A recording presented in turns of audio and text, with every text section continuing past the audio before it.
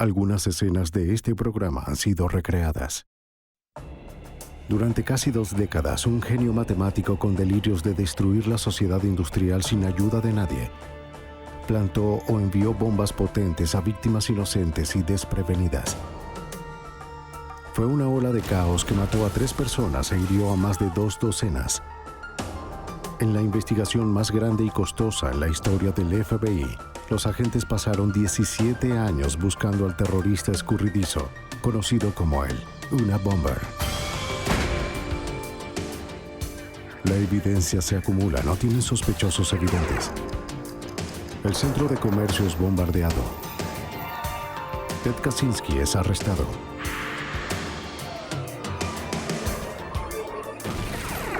Fugitivo a un prófugo. Los archivos del FBI.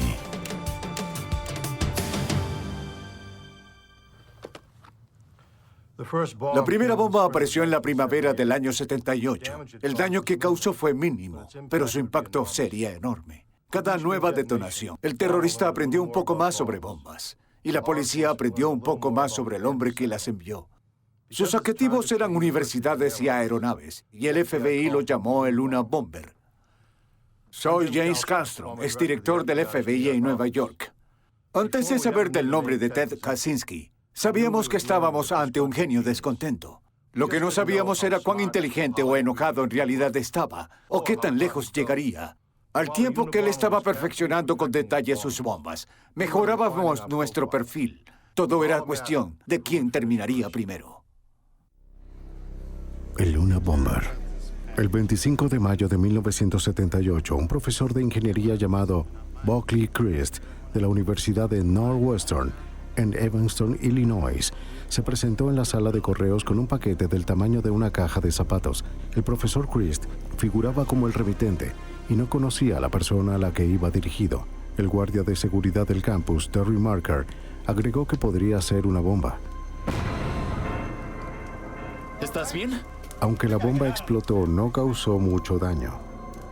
Esto dio origen a un periodo de 20 años de violencia que dejaría perplejo al FBI y aterraría a la nación. El 15 de noviembre de 1979, el vuelo 444 de American Airlines despegó de Chicago con destino a Washington, D.C. Mientras el Boeing 727 alcanzaba la altitud de crucero, la cabina se llenó de humo. Fue un caos. El avión fue desviado al aeropuerto de Dulles, en Virginia. Una docena de personas recibieron tratamiento por inhalación de humo. De no haber sido por un cable defectuoso en la bomba, más de 100 personas hubieran sido asesinadas.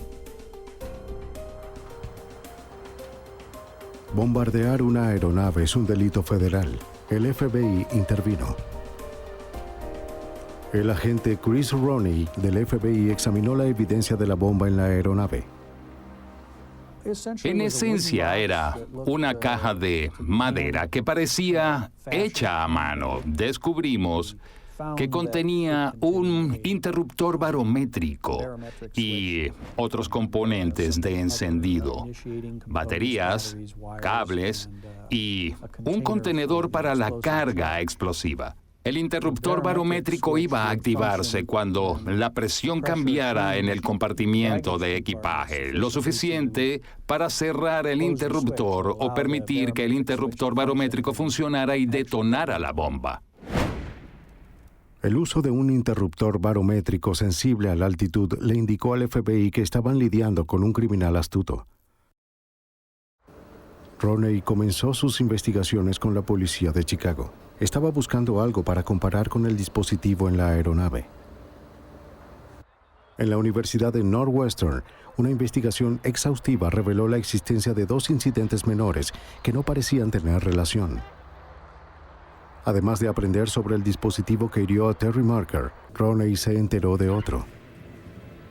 El 9 de mayo de 1979, otra bomba estalló en la Universidad Northwestern, hiriendo gravemente al estudiante graduado John Harris. Su diseño era casi idéntico al de la primera.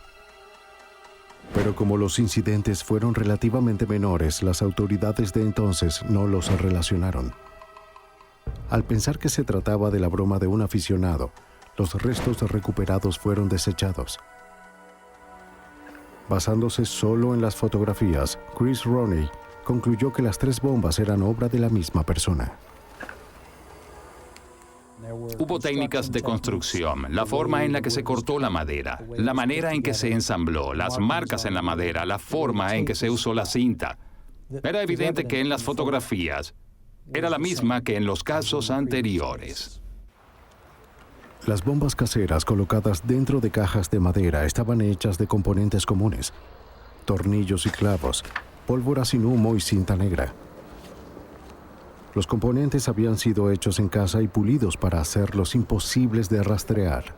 Algunos componentes no fueron elaborados, sino más bien tallados y manejados con detalle. Y se podía notar que fueron manipulados y cambiados a gusto. Me di cuenta de que alguien invirtió una gran cantidad de tiempo disfrutando de armar esta bomba. El FBI se percató de que estaban lidiando con un dinamitero en serie, uno que estaba apasionado de su destreza.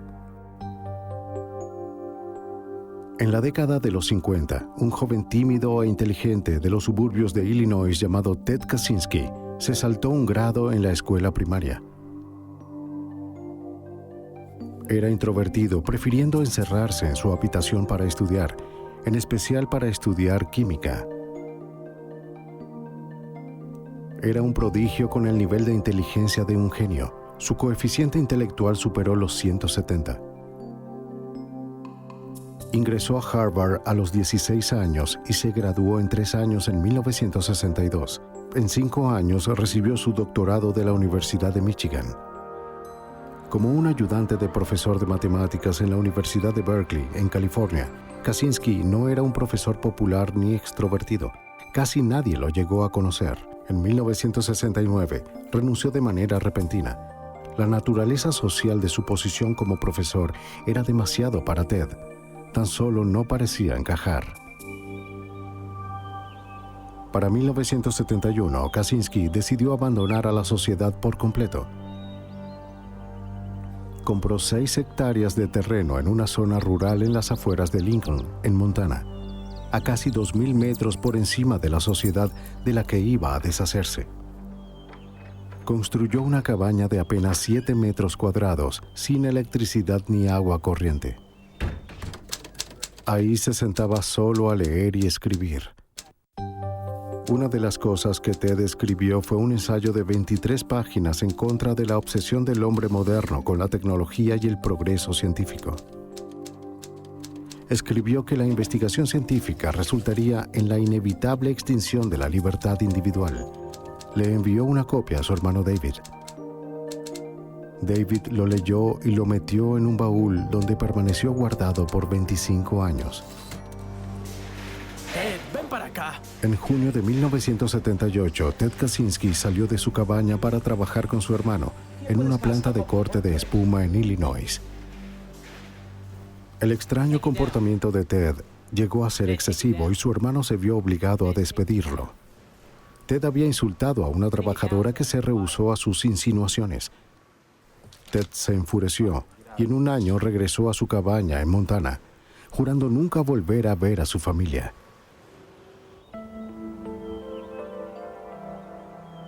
El tratar de encajar como una persona agradable era muy frustrante para el genio introvertido.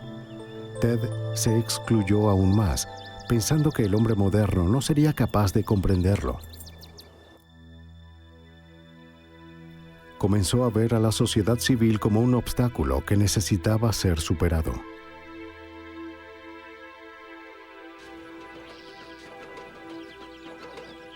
Con el tiempo, Ted se adaptó a su vida de pocos lujos. Se encargó de cultivar su propia comida y ser autosuficiente. Tenía pocas amistades y optó por su propia compañía en los bosques de Montana.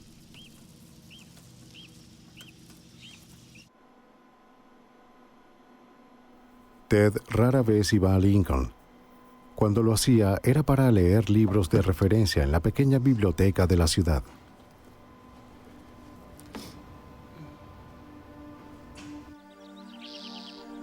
El 3 de mayo de 1980, Ted Kaczynski montó su bicicleta casera hacia Lincoln. Esta vez no iría a la biblioteca. En vez de eso, tomó un autobús hacia Helena y se registró en el Hotel Helena Park para una breve estadía. Al día siguiente se dirigió al oeste. Ted tenía asuntos urgentes de los que tenía que ocuparse.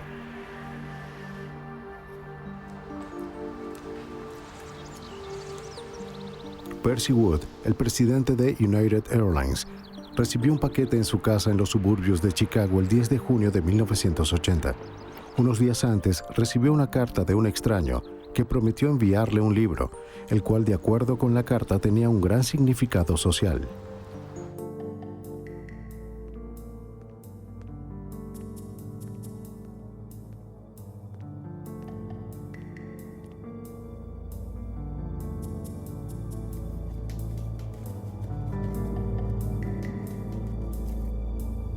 Wood colocó el paquete en el mostrador de su cocina, lo abrió y sacó el libro Ice Brothers, de Sloan Wilson.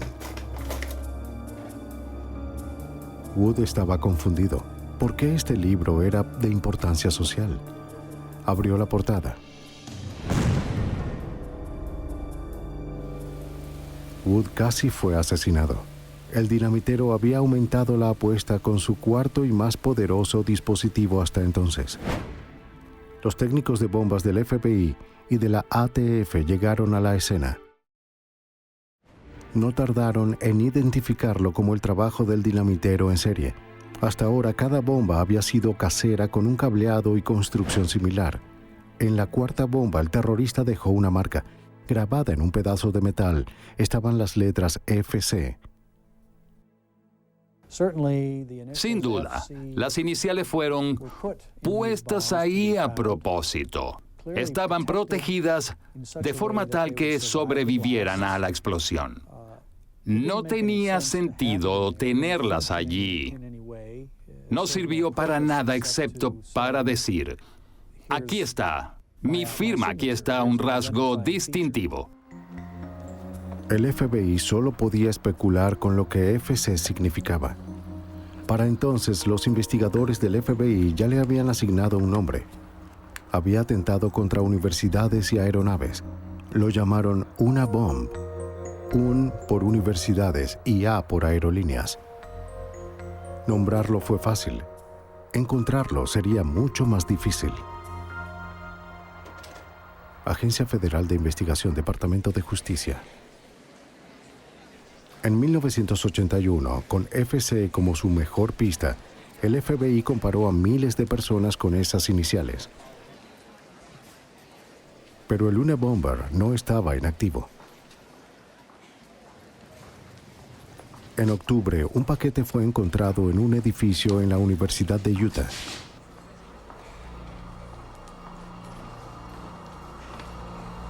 Era una bomba casera. Por suerte, no servía. Ahora los investigadores tenían un dispositivo intacto y quizás un componente que podría rastrear. Llevaría tiempo averiguarlo. El Unabomber siguió trabajando. En la primavera de 1982, un paquete destinado al profesor Leroy Wood Pearson estalló en las manos de un asistente académico en la Universidad de Vanderbilt. La bomba estaba hecha de los materiales habituales con las iniciales de FC entre los restos. Los investigadores pasaron incontables horas estudiando cada detalle de los dispositivos del Unabomber. La pista más extraña surgió de pronto. Las dos últimas personas a las que fueron dirigidos se apellidaban Wood. Wood significa madera y esta desempeñó un papel importante en cada una de las bombas, es decir, estaba presente en todas las bombas. Incluso cuando no era necesario. De hecho, si no tenía madera, ponía ramas para que estuviera ahí. Hubo referencias a la madera en direcciones y nombres de personas en todas partes. El inspector del laboratorio del FBI, Doug Diedrich, de la unidad de rastreo, es también un experto en madera. Los materiales pueden indicar algo sobre esa persona, pueden indicar en dónde podría vivir, lo que hace para ganarse la vida. Y esa fue una de las cosas en las que me involucré sobre todo, en tratar de determinar de dónde venían estos tipos de ramas, en qué área geográfica, en qué parte del país. Este enfoque parecía una posibilidad remota, pero la falta de pistas dejó a los investigadores con pocas opciones. A medida que la investigación del FBI se intensificaba, también lo hacía el poder de los dispositivos de Luna Bomber. El 2 de julio de 1982, el profesor Diogenis Angelakos, de la Universidad de Berkeley de California, un esposo leal y un profesor popular, notó un objeto extraño en el piso de la sala de café del departamento de computación.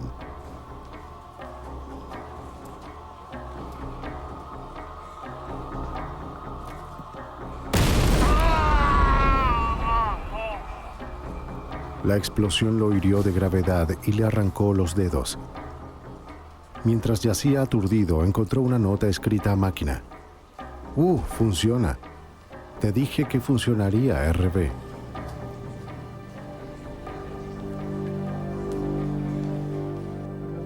El FBI rastreó a todos los que se llamaban Wu en Estados Unidos y a todos con las iniciales RB. Una enorme e intensa labor, pero sin resultado. Aquí está el problema. La nota era un engaño. Pero hay que encargarse de esto. ¿Cuánto tiempo? Otra pista surgió al día siguiente de la explosión. Un custodio que trabajaba en Corey Hall, el edificio donde la bomba estalló, vio a un hombre con un bigote delgado y una sudadera vagando en el pasillo la noche anterior. El trabajador, sin embargo, no pudo recordar suficientes detalles para ayudar a un dibujante a hacer un bosquejo. Angelakos estaba malherido y requirió una larga estadía en el hospital. Ya no era capaz de cuidar de su esposa inválida. Ella murió un mes después de la explosión.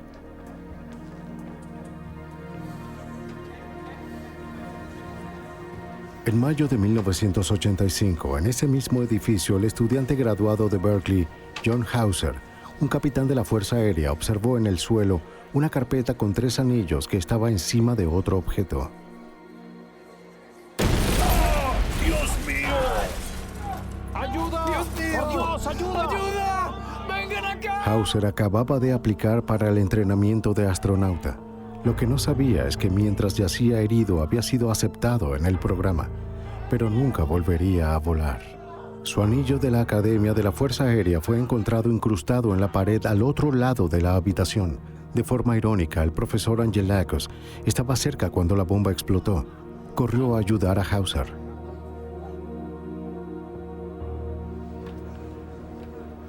Las investigaciones relacionadas con el Luna Bomber, realizadas por el FBI, la ATF y el Servicio Postal de los Estados Unidos, se habían convertido en una rutina frustrante.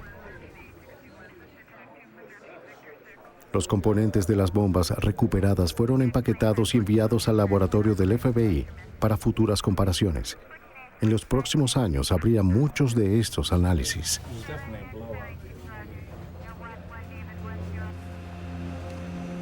El 8 de mayo de 1985 se recibió un paquete en la corporación Boeing, en Auburn, Washington. Estaba dirigido solo a la compañía. Era pesado y tenía muchas postales. Oye, Mark, ven a ver Un esto. empleado de la sala de correo llamó a seguridad. El paquete fue radiografiado y mostró que contenía una bomba casera. Tenía FC estampado en las tapas. Si el empleado hubiera abierto el paquete, lo más probable es que lo hubiera matado a él y a cualquier otra persona cerca. El 15 de noviembre de 1985, el Dr. James McConnell, un profesor de psicología en la Universidad de Michigan, recibió una carta y un paquete de Ralph C. Kloppenburg. El remitente se describió a sí mismo como un estudiante de doctorado. Escribió: «Me gustaría que leyera este libro. Todos en su posición deberían leer este libro». Mientras leía, su asistente abrió el paquete. La explosión hirió de gravedad al asistente y dejó sin audición al Dr. McConnell.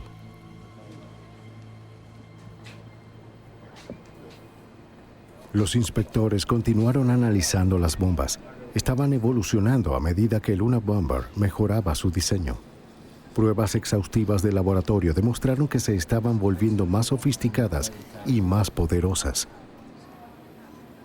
Los agentes estaban frustrados. Progresaban muy poco para determinar la identidad del Unabomber.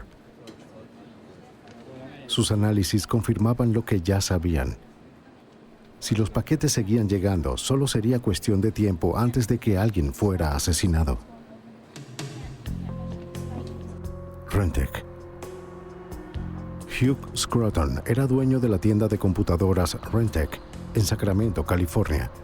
El 11 de diciembre de 1985, a la hora del almuerzo, Scruton se dirigió a la puerta trasera que llevaba al estacionamiento cuando observó algo. Parecía un bloque de madera con 4 clavos con las puntas hacia afuera. La explosión fue violenta, haciendo un agujero enorme en el pecho de Scruton, que dejó expuesto su corazón. Ahora el Unabomber era un asesino. La bomba que mató a Hugh Scruton era la más poderosa hasta el momento. Consistía en un tubo dentro de otro tubo y tenía todas las mismas características que las otras, hasta el grabado FC en un extremo. Ahora la investigación del Unabomber era un caso de homicidio. Los investigadores se apegaron a su estrategia de mantener en secreto los detalles del caso, por temor a que el Unabomber se enterara de lo que sabían, o peor, alentara a los imitadores. Los investigadores estaban desesperados por una pista sólida. Ted Kaczynski siempre estuvo activo en su cabaña aislada. Cuando no estaba haciendo bombas, estaba escribiendo su filosofía que lo justificaba. Para Ted Kaczynski, la sociedad tecnológica era un horror, definido por la destrucción de la Tierra y de los seres humanos, asemejándose a algo un poco más que robots sin mente. En la historia de Ted, cualquiera que estuviera participando en la dependencia de la raza humana de la tecnología era un villano. Gracias. ¿Puedes revisar estos documentos? El 20 de febrero de 1987, una secretaria de la tienda de computadoras CAM en Salt Lake City miró por la ventana de su oficina y vio a un hombre en el estacionamiento que ponía un objeto en el suelo.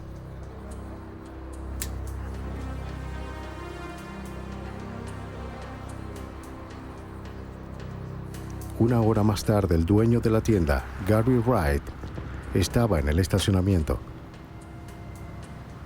Observó el objeto en el suelo. Era un bloque de madera con 4 clavos con las puntas sobresaliendo. Wright quedó con heridas graves, pero sobrevivió de forma milagrosa. Mientras la policía recorría las estaciones de autobuses y las empresas locales en busca de un sospechoso, un boceto fue elaborado con la descripción de la secretaria. Sin duda alguna, era la imagen de un hombre disfrazado. El boceto no sirvió para atrapar al Unabomber, pero podría haber servido. Sabiendo que fue visto, el Unabomber pareció desaparecer. Después de 9 años de bombardeos, los incidentes relacionados con el Unabomber tan solo cesaron después de la explosión de Cam en 1987. La investigación había continuado, pero todas las pistas disponibles se habían agotado. Después de 6 años de silencio, los investigadores tenían la esperanza de que el Unabomber hubiera sido encarcelado por algún cargo no relacionado o hubiera muerto. De cualquier forma, no hubo más ataques. Pero Ted Kaczynski no estaba ni muerto ni en la cárcel. Había pasado los últimos 6 años prácticamente solo. Conforme en su rutina diaria, cuidando el jardín, cazando, escribiendo y visitando la biblioteca, Ted siempre se las arregló para estar al tanto de los eventos. En 1993, después de una pausa de 6 años, varios eventos muy divulgados impulsaron al Unabomber a salir de su retiro. El violento asedio en Waco, Texas, entre la ATF y el culto religioso de los Davidianos, y el bombardeo del Centro Mundial de Comercio creó un ambiente político violento. El Unabomber regresaría en un ataque de violencia propio.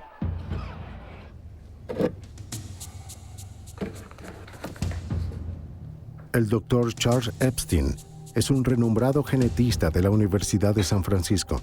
El 22 de junio de 1993, se sentó en la mesa de su cocina para abrir su correo, incluyendo un sobre con relleno que había llegado ese día.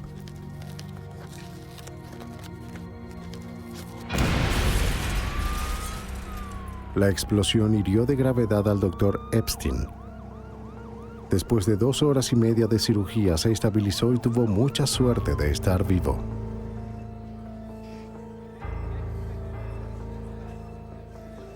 Dos días después, el 24 de junio, el Dr. David Galern, un prominente científico informático de la Universidad de Yale, llegó temprano a su oficina para abrir el correo del día anterior.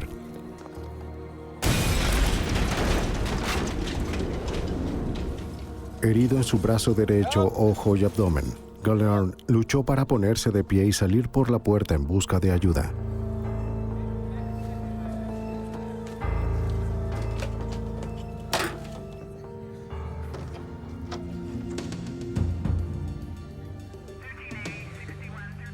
El FBI determinó con rapidez que la bomba de Epstein y la bomba de Galern eran idénticas, llenas de clorato de potasio y polvo de aluminio. Ambos dispositivos habían sido colocados dentro de una caja de madera hecha a mano.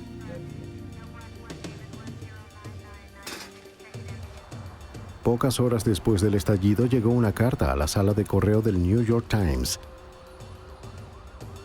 Era de un grupo anarquista autodenominado FC, que se atribuía la responsabilidad de los bombardeos recientes. El FC prometió más comunicados en el futuro. Se proporcionó un número de identificación al Times para garantizar la autenticidad de los mismos. Fue 553-25-4394. El FBI determinó que era un número de seguro social de un ex convicto de 20 años en libertad condicional en el norte de California, con un tatuaje en su brazo que decía Pure Wood. Una investigación lo descartó como el Unabomber. Otra pista importante fue descubierta. Impreso en el papel en la carta del New York Times estaba la nota borrosa llamar a Nathan R. Miércoles 7 de la noche. El Unabomber escurridizo al fin proporcionó a los agentes una pista sólida. El FBI habló con más de 10,000 personas cuyos nombres eran Nathan y cuyos apellidos empezaban con R. La búsqueda exhaustiva no arrojó nada. Parecía que a el Unabomber le encantaba enviar al FBI en persecuciones absurdas. El Times publicó la carta que despertó el interés del público. También condujo al FBI hacia docenas de pistas falsas, estudiantes disgustados, ingenieros de aviación e incluso un club de calabozos y dragones en Chicago. La última ronda de actividad había acelerado la investigación del FBI. Se formó una fuerza de tareas formada por el FBI, la ATF y los inspectores postales para coordinar los esfuerzos de la investigación. Jim Freeman era el jefe de la oficina de campo del FBI en San Francisco. También lideraría la fuerza de tareas del Unabomber compuesta por varias agencias. Teníamos evidencia dispersa en 3 agencias federales diferentes y en muchos laboratorios estatales locales, por lo que reconocimos que nuestra labor era obtener el control de la información que ya estaba disponible para determinar qué partes de la investigación estaban listas. Y nos preparamos para esto al decidir volver a investigar cada crimen del caso. Cada fragmento de evidencia física que quedaba de los dispositivos pasados del Unabomber le serían entregados a un inspector forense, el agente especial Tom Monell de la Unidad de Materiales y Dispositivos de Laboratorio del FBI se convirtió en el inspector principal de la investigación. Toda la evidencia en el caso del Unabomber, sin importar si estaba relacionada con explosivos o no, llegó a mí y a mi unidad. En los casos de dinamiteros en serie como el de Luna Bomber, el aspecto más frustrante fue el hecho de que estábamos haciendo todos los análisis forenses posibles a la evidencia. No fueron capaces de llevarnos a ninguna persona. Mientras la fuerza de tarea luchaba la retorcida revolución de Ted Kaczynski contra la sociedad continuó. El 10 de diciembre de 1994, el ejecutivo publicitario Thomas Moser abrió su correo en su casa al norte de Caldwell. Su esposa y sus 2 hijas estaban arriba. Examinó un paquete pequeño con muchas postales de H.G. Wickle, del Departamento de Economía de la Universidad Estatal de San Francisco.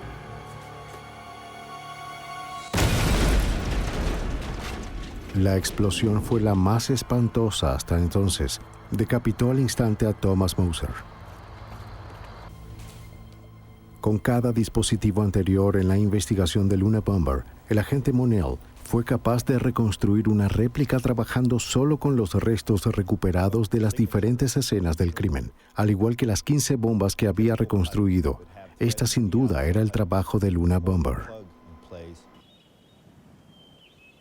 Unos meses después, Ted Kaczynski se preparó para una larga visita hacia la costa oeste. Este viaje sería su mayor trabajo hasta la fecha. El 19 de abril de 1995, Ted Kaczynski estaba en el área de la bahía de San Francisco cuando la bomba de 900 kilogramos de combustible de Timothy McVeigh destruyó el edificio federal Alfred P. Murrah en la ciudad de Oklahoma, matando a 168 personas. Ted no dejaría que su agenda fuera eclipsada por la devastación en Oklahoma. Al día siguiente, el 20 de abril, mientras la nación seguía aturdida por el incidente de Oklahoma, Kaczynski envió por correo 5 artículos, 4 cartas y un paquete. En pocos días el correo llegó al este. Primero fue una carta al New York Times. El agente especial Terry Torchy era el segundo al mando en la fuerza de tarea de Luna Bomber. En la carta al New York Times mencionó que él era responsable por los ataques a Thomas Moser, Charles Epstein y David Galanter. También mencionó algunas de sus metas y objetivos y dijo que estaba pensando en enviar un manuscrito o un ensayo y que quería considerar publicar dicho ensayo y que, de hacerlo, llegaría a un acuerdo para dejar de cometer actos terroristas. La segunda carta fue dirigida a la víctima reciente David Gallaird en Yale, quien se estaba recuperando de sus heridas. La carta fue insultante. Dr. Gallaird, las personas con títulos avanzados no son tan inteligentes como creen que son. Si tuvieran cerebro, se darían cuenta de que existen muchas personas que se molestan por la forma en que genios como usted están cambiando el mundo.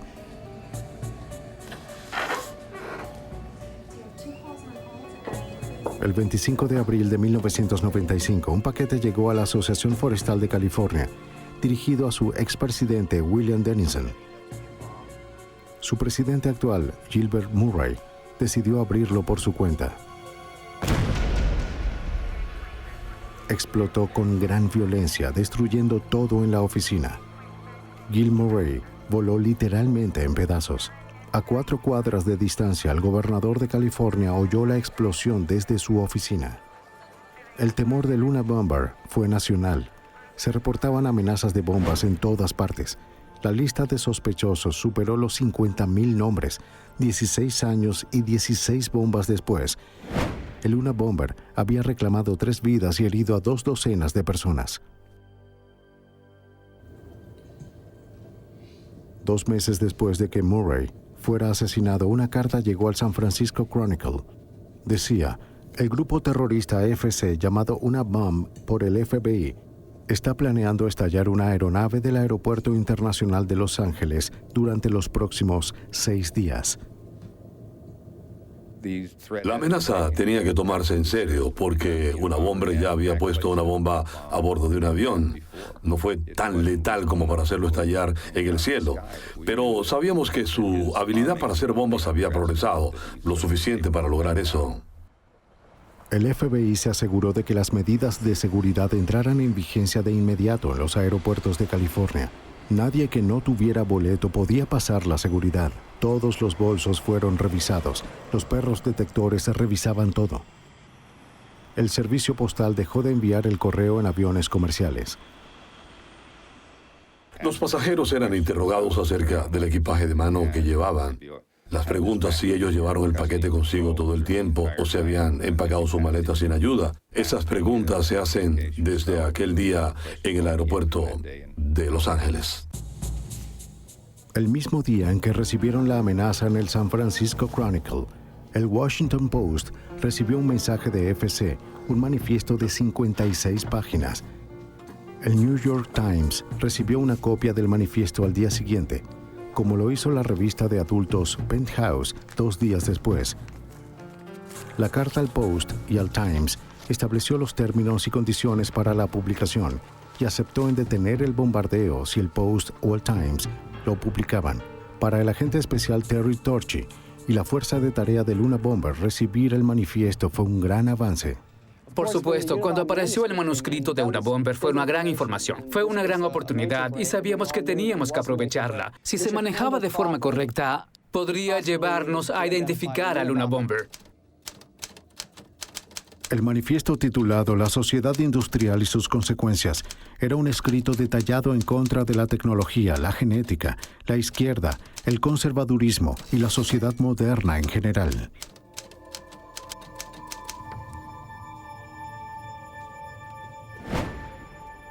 El FBI tenía muchos artículos de evidencia recolectados de años de investigación de este caso.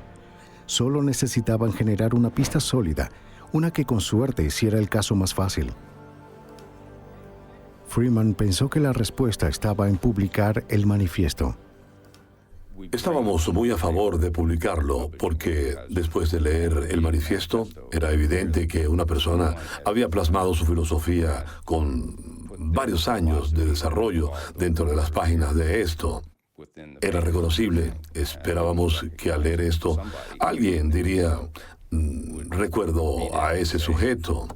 Estaba sentado a mi lado en la clase o en esta universidad.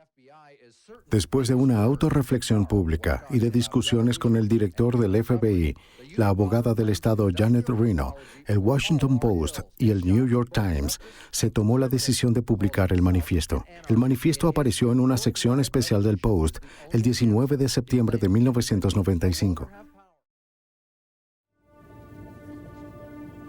A principios de 1996, el hermano de Ted Kaczynski había estado investigando por su cuenta. El noticiero reportó que el Unabomber tenía conexiones en Chicago, la ciudad de su infancia, que al igual que con Berkeley y Salt Lake City, lo molestó. Consiguió una copia del manifiesto y comenzó a leerlo. Lo leyó con las esperanzas de eliminar la idea de que su hermano era un asesino. Lo que leyó le dio escalofríos. Reconoció el lenguaje y el contenido del manifiesto en cuanto a la similitud de los escritos de su hermano Ted. David sacó varias cartas viejas y escritos de Ted que pudo encontrar y los comparó con el manifiesto de Unabomber. Ambos usaron la frase genios temperamentales. David estaba angustiado, pero aún no estaba convencido.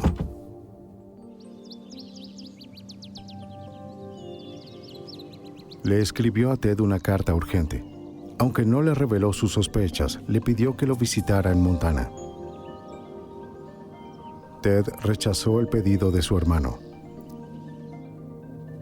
David decidió llamar a un investigador privado para investigar el asunto, pero las noticias que el investigador le llevó no fueron alentadoras. El investigador privado envió el manifiesto junto con algunos de los escritos de Ted para ser analizados por expertos que no conocían a los actores involucrados. Los expertos concluyeron que los autores tenían una gran posibilidad de ser la misma persona. Desesperado, David continuó su búsqueda por cualquier cosa que Ted le hubiera escrito. En un viejo baúl se encontró con un ensayo que Ted le envió en 1971. David no podía seguir negando la realidad de que su hermano podría ser el Unabomber.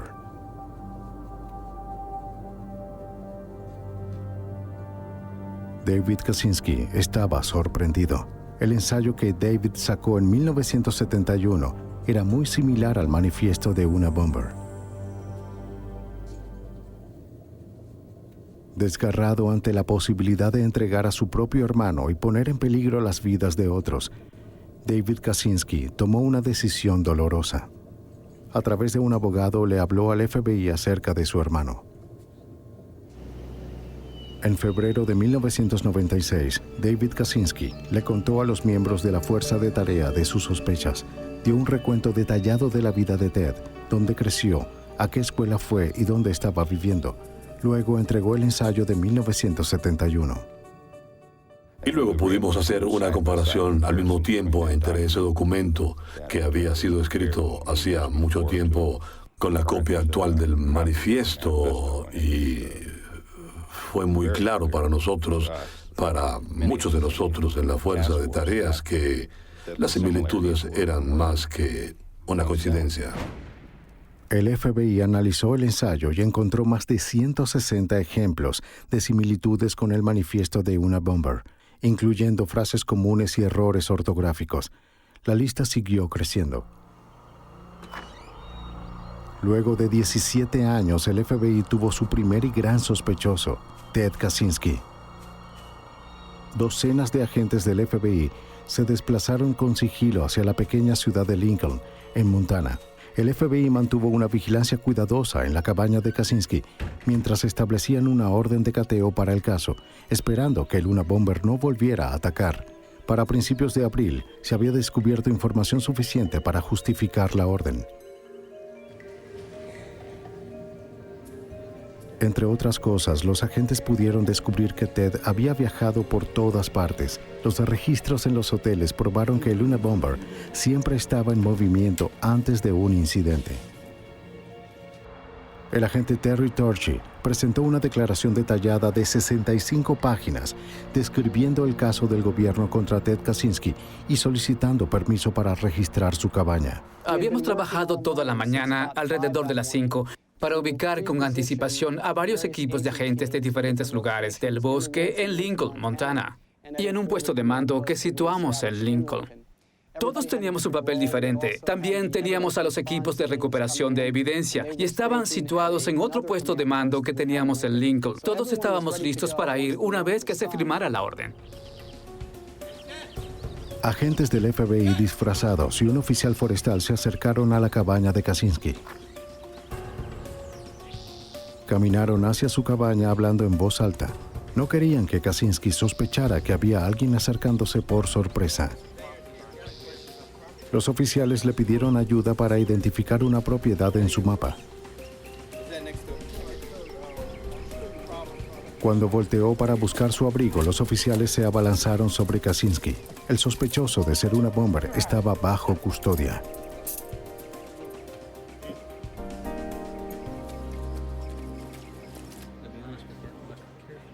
Kaczynski fue llevado de inmediato para ser interrogado en un puesto de mando temporal.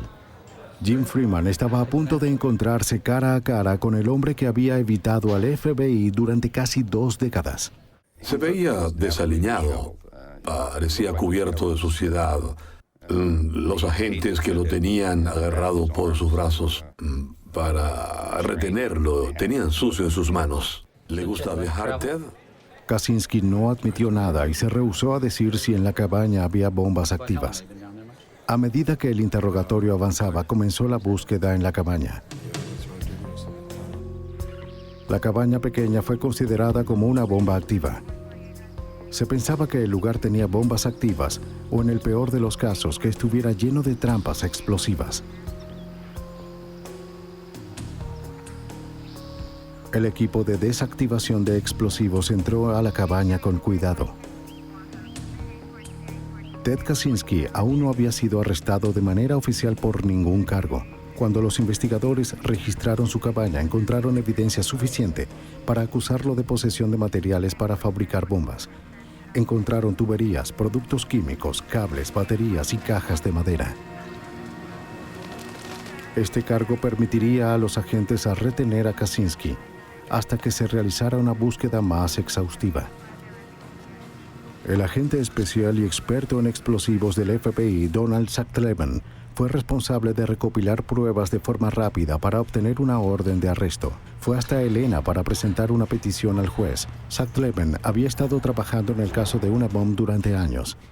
Creo que en el viaje de regreso a Helena esa noche, cuando Pat Webb y yo habíamos trabajado en esto durante tantos años, nos miramos y nos dimos cuenta de que tal vez este era el comienzo del fin. Esa noche creímos, en verdad, que, de hecho, habíamos atrapado al Una Bomber.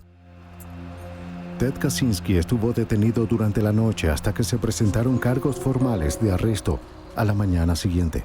Fue llevado por las calles en televisión nacional, pareciendo ser un solitario excéntrico. Fue presentado al día siguiente ante un juez en Helena acusado de posesión de equipos para fabricar bombas. La búsqueda en la cabaña continuó.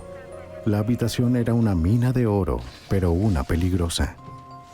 Cada contenedor, cada libro, cada carpeta debía ser examinada por explosivos.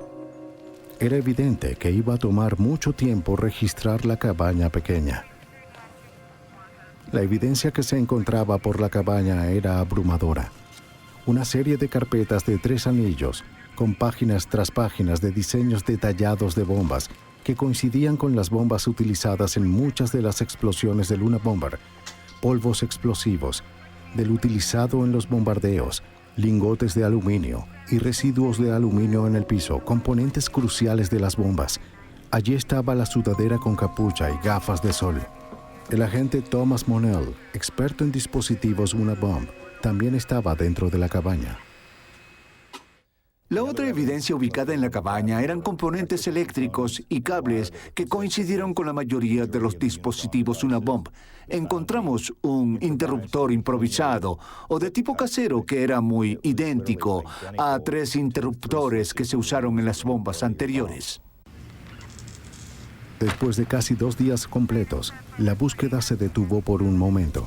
Se encontró un paquete. Estaba envuelto como las bombas anteriores, con un remitente en él. Lo que faltaba era el nombre de la víctima y una dirección. Fue examinado y resultó ser una bomba lista para detonar. El agente especial Zach Levin tuvo que manejar la crisis. Desde los rayos X parecía muy similar a la última bomba que se había colocado, la que mató al señor Murray en Sacramento. Pudimos sacar con cuidado la caja de la cabaña y bajarla por la colina, donde nos instalamos para lidiar con la bomba. La búsqueda continuó con calma los días siguientes y se tomaron muchas más pruebas incriminatorias. Además del material para fabricar bombas y productos químicos, los agentes también incautaron cartas, notas, diagramas y el manifiesto de Una Bomber. Había un vínculo indiscutible entre Ted Kaczynski y el Una Bomber. Faltaba la máquina de escribir usada para el manifiesto. No se encontró la máquina de escribir que se usó para escribir el manifiesto hasta el último día de la búsqueda, que duró 4 días o 5 días. Estaba en el fondo de la última caja que se abrió. Les tomó 11 días a revisar una habitación de 7 metros cuadrados, pero el enfoque cuidadoso del FBI dio sus frutos. El hombre que había asesinado, mutilado y arruinado vidas mientras evadía al FBI fue atrapado al momento. El 14 de abril, toda la cabaña fue levantada en una plataforma y apartada para un análisis más profundo. Los cargos contra Kaczynski habían aumentado en gravedad. El 18 de junio de 1996, Ted Kaczynski fue acusado en Sacramento por 10 cargos relacionados con las actividades del Una Bomber, un cargo por la muerte de Hugh Scruton, 3 cargos por las heridas de Charles Epstein, 3 cargos por la mutilación de David Galern y 3 cargos por la muerte de Gil Murray. Ese día habría sido el cumpleaños número 48 de Gil Murray. Las autoridades de Nueva Jersey presentaron más cargos por la muerte de Thomas Moser. El 12 de noviembre, los visitantes seleccionados ingresaron en el Tribunal de Sacramento para el juicio tan esperado de Ted Kaczynski. En la primera fila estaba la familia de Ted, su hermano David y su madre Wanda Kaczynski. Cuando Ted ingresó a la sala del tribunal, dio la espalda enojado a los miembros de su familia y nunca los reconoció. Las declaraciones de apertura estaban a punto de comenzar cuando Kaczynski se puso de pie y dijo que quería cambiar de abogado. Después de unos días, el juez declaró que Kaczynski tendría que someterse a pruebas psicológicas. La doctora Sally Jensen, psiquiatra de la prisión federal, pasó muchos días con Kaczynski. Concluyó que Ted Kaczynski era un enfermo mental, pero que era competente para enfrentar un juicio. El caso del gobierno contra Kaczynski fue abrumador. Durante 17 años, el FBI se había preparado para ese día. Los inspectores habían reconstruido y preservado todos los dispositivos relacionados con los crímenes del Unabomber. Con el arresto de Ted Kaczynski, pudieron establecer un vínculo indiscutible entre él y el Unabomber. El deseo de soledad de Ted ya no se impuso. Sin opciones, se declaró culpable de todos los crímenes relacionados con Unabomber. Le dieron 4 cadenas perpetuas y 30 años. Nunca sería elegible para libertad condicional. Para el agente Terry Torchy, la investigación de Unabomber muestra la determinación del FBI de nunca renunciar hasta que se haga justicia, sin importar cuánto tiempo tome. Para los que cometen estos crímenes, que pueden continuar durante muchos años y no ser atrapados, pueden volverse arrogantes o más complacientes o pensar que nunca los atraparemos. Para ellos y para el público, el mensaje debe ser que no nos damos por vencidos y que permaneceremos hasta que lo solucionemos. Sin duda, creo que eso es lo que estamos llamados a hacer y es lo que tenemos que hacer. En junio de 1998, Joanna Lee, editora asistente de la editorial Simon & Schuster, recibió una carta de Ted Kaczynski con el remitente de la prisión. Sabía que era del convicto Unabomber, pero de todas maneras lo abrió. Kaczynski quería que publicara un libro sobre su lucha. Hasta la fecha, nadie lo ha comprado. Algunas escenas de este programa han sido recreadas. One World Trade Center, Ciudad de Nueva York. Viernes 26 de febrero de 1993. El estacionamiento del sótano era la escena de una absoluta destrucción cubierta por un humo espeso. Una mujer sola, atrapada y sangrando, llamó a la policía. La policía de Nueva York recibió muchas llamadas de emergencia ese día, mientras la vida real se transformaba en una película de desastres. La evidencia se acumula, no hay sospechosos evidentes. El Centro Mundial de Comercio es bombardeado. Ted Kaczynski es arrestado.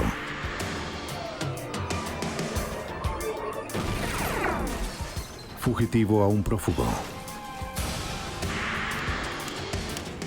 Los archivos del FBI.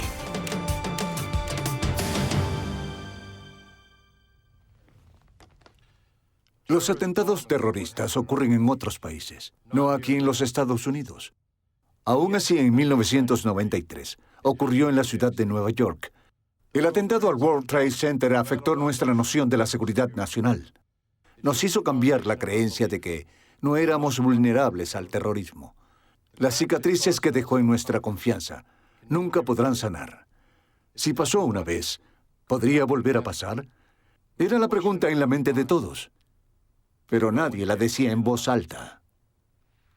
Soy James Kallstrom, exdirector del FBI en Nueva York. En algún lugar de un cráter de 5 pisos de profundidad, entre los escombros estaba la clave para identificar a los terroristas. Al menos era lo que los investigadores esperaban. El bombardeo al Centro Mundial de Comercio. A las 12:18 de la tarde del 26 de febrero de 1993, la confusión y el pánico se apoderaron de la Torre 1 de 110 pisos del World Trade Center. Las personas estaban atrapadas en los ascensores. Se había ido la luz. El humo oscureció los pasillos. Miles de personas heridas y en pánico se asfixiaban mientras intentaban escapar a ciegas de lo que parecía ser una pesadilla. El ingeniero que diseñó las torres anticipó varios desastres potenciales. Diseñó su estructura para resistir la violencia de un huracán y algo tan inimaginable como el impacto de un avión lleno de combustible. ¡Rápido, vamos! Parecía que algo había sido pasado por alto, pero nadie sabía qué. Ese día, la Torre 1 se convirtió en la chimenea más alta de la ciudad. Las escaleras parecían ductos de humo, halando humo del sótano que oscurecía cada piso. En las primeras horas de caos, lo único que sabían los oficiales era que la causa del problema estaba en el estacionamiento del sótano. Neil Herman, supervisor de las Fuerzas Conjuntas Especiales contra el Terrorismo de la Oficina del FBI de Nueva York, estaba a unas cuadras del Trade Center. Sin conocer la causa del caos, el FBI se encargó de buscar respuestas. Al principio pensamos y nos dijeron que quizás había sido un incendio o un transformador.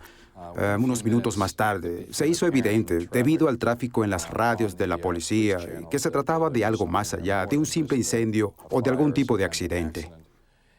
Y tanto yo como miembros de las Fuerzas Conjuntas Especiales contra el Terrorismo nos dirigimos al Wall Street Center. La primera preocupación era sacar a las víctimas atrapadas del edificio. El gran daño provocó problemas logísticos para los rescatistas.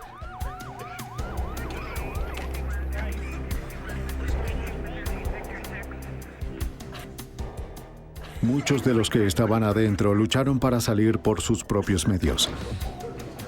Los ascensores se habían averiado y los que se encontraban en el último nivel debieron bajar 110 pisos caminando. Hubo lesiones muy graves a causa de la inhalación de humo. Mientras cientos de integrantes del personal de emergencia seguían en labores de rescate, los agentes del FBI enviados al World Trade Center recorrían el área en busca de alguna pista de lo que pudo haber causado la devastación. La destrucción fue enorme.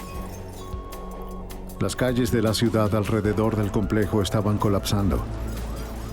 El Hotel Vista, que se encuentra entre las dos torres, sufrió enormes cantidades de daños.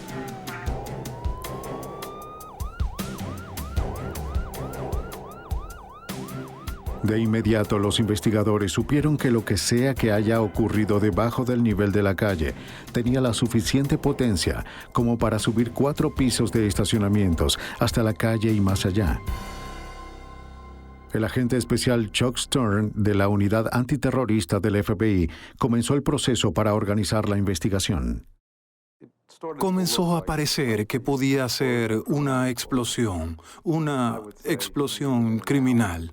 Yo diría que en el transcurso de 1 hora luego del estallido y después, por supuesto, más y más información seguía llegando. Teníamos agentes especiales del FBI que eran técnicos en explosivos trabajando allí, junto al escuadrón de bombas del Departamento de Policía de la ciudad, y llegaron a la misma conclusión, que de eso era de lo que se trataba.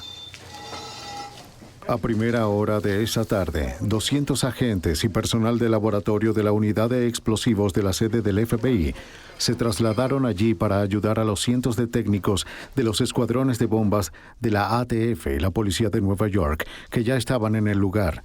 Localizar a los sobrevivientes y rescatarlos era su única preocupación. Los esfuerzos de rescate se concentraron mayormente en el área del estacionamiento. Mientras avanzaban lentamente entre los escombros, los rescatistas se sintieron sorprendidos y aliviados al encontrar sobrevivientes. Al seguir avanzando, llegaron a un área que había sufrido una enorme destrucción.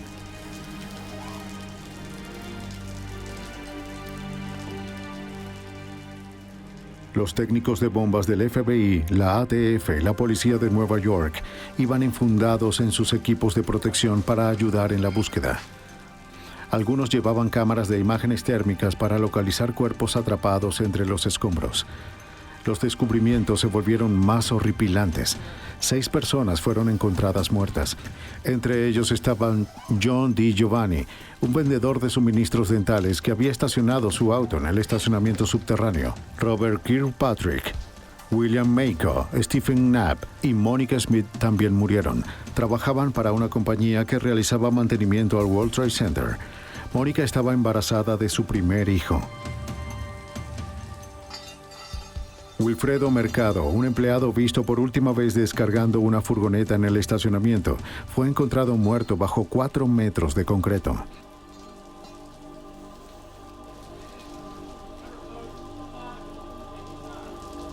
Dentro del estacionamiento había una escena apocalíptica. Los escombros y el concreto se dispersaron cientos de metros en todas las direcciones. Cientos de autos fueron demolidos y hubo pequeños incendios a causa del combustible derramado. Las bombas drenaban una inundación de agua y aguas hervidas de las tuberías rotas. Por arriba, 6 toneladas de concreto se aferraban a barras retorcidas. Los cables de fibra óptica se enredaron. Para los agentes del FBI no había forma de que la causa de estos daños fuera accidental. El agente especial Chris Roney, de la Unidad de Explosivos del Laboratorio del FBI, evaluó los daños. Mientras analizábamos el daño en el edificio, incluso en sus primeras etapas, quedó claro que fue una bomba muy grande, un gran artefacto explosivo de cientos de kilos. Fue obvio desde el principio. No sabíamos qué tan grande era. Colocado en el sótano de uno de los niveles del estacionamiento, muy probablemente en un vehículo. Si las conclusiones iniciales de los agentes eran correctas, este sería el mayor acto de terrorismo en suelo norteamericano para ese momento. ¡Sigan buscando! La mañana siguiente a la explosión, los equipos interinstitucionales se prepararon para la primera inspección profunda de la destrucción. Además de la continua búsqueda de víctimas, ahora buscaban alguna pista que pudiera explicar la explosión. Pero se les instruyó de forma explícita que no movieran ninguna evidencia. La integridad de los niveles inferiores se vio severamente debilitada. Cualquier perturbación podía ocasionar que el poco soporte que quedaba colapsara sobre los que estaban adentro. El piso del nivel B2 del estacionamiento se había derrumbado, haciendo que cientos de autos de los 3 niveles inferiores cayeran varios pisos. Todos los vehículos terminaron en el nivel inferior, aplastando la sala de refrigeración de la torre. En realidad, los ingenieros nos dijeron que los escombros amontonados alrededor de las columnas eran como una pajilla metida en un montón de arena, y no se podían mover los escombros porque eso eliminaba el poco apoyo que quedaba y que sostenía el Hotel Vista. Los equipos de construcción pasaron horas reforzando las paredes y columnas en los niveles del estacionamiento para que los agentes y los investigadores pudieran explorar la escena con seguridad. Luego de varias horas, los agentes y técnicos comenzaron a abrirse paso en el área de la explosión. Era muy escalofriante porque todo estaba desierto y había muchos autos con los maleteros abiertos y cosas así. Y en algunos de ellos se podía escuchar el tic-tac, lo cual era espeluznante en el lugar del atentado. Y era porque las luces intermitentes de los autos se habían activado y seguían parpadeando en algunos de ellos. Poco a poco, los investigadores se acercaban al origen de la explosión conocida como Zona Cero. El daño fue tan extenso que no hubo pruebas concluyentes que señalaran la causa de la explosión. Los pisos quedaron totalmente destruidos, dejando un cráter equivalente a 5 niveles que se extendía a través de la cavidad del edificio. Los investigadores que buscaban residuos explosivos tenían dificultades para encontrarlos. Estaban mezclados con escombros de concreto y materiales de construcción. Tuvieron que tamizar toneladas de tierra y escombros con la esperanza de encontrar algún rastro de evidencia. Cientos de vehículos dañados fueron limpiados y aspirados en busca de residuos. Los agentes persistieron. En alguna parte de la devastación habría respuestas. Cuando las imágenes del bombardeo del World Trade Center se transmitieron por todo el país, las personas reaccionaron con horror e incredulidad. La inocencia de los Estados Unidos había sido destrozada. Estados Unidos se unió a la lista de países víctimas de ataques terroristas. Desesperados por atrapar a los terroristas, la ciudad ofreció una recompensa por su captura, $200,000, la más alta en la historia de la ciudad. Para la mañana del sábado, el FBI había establecido un puesto de comando para esta investigación. Todos los agentes disponibles fueron asignados al caso. Habían recibido cientos de pistas. La mayoría era de personas que describían a vecinos sospechosos. Numerosos grupos llamaban alegando ser los responsables. Aunque la mayoría de estas pistas parecían llevar a callejones sin salida, todas debían ser investigadas. Gracias por su ayuda. De acuerdo. Justo 2 días después de la explosión, mientras los agentes buscaban pistas, los investigadores que procesaban la escena del crimen localizaron un trozo de acero chamuscado y retorcido en lo que se pensaba que fue el centro de la explosión. Era parte de un vehículo destrozado por la explosión, quizás del vehículo que transportaba la bomba. Los investigadores encontraron una serie de dígitos estampados en los restos metálicos. A pesar de que se les instruyó de forma explícita que no movieran la evidencia, consideraron que su hallazgo era lo suficientemente significativo como para anular el protocolo. Los restos metálicos fueron colocados en una camilla y llevados a la parte superior del cráter. Al llegar a la superficie, los agentes de inmediato trasladaron lo encontrado a un laboratorio forense, instalado por el Laboratorio Criminal de la Policía de Nueva York. Con cuidado, por favor. En el laboratorio, los agentes y examinadores tuvieron dificultades para determinar el significado de las marcas. Se llamó a un investigador de las Fuerzas Especiales Conjuntas contra Crímenes en Vehículos para examinar los escombros.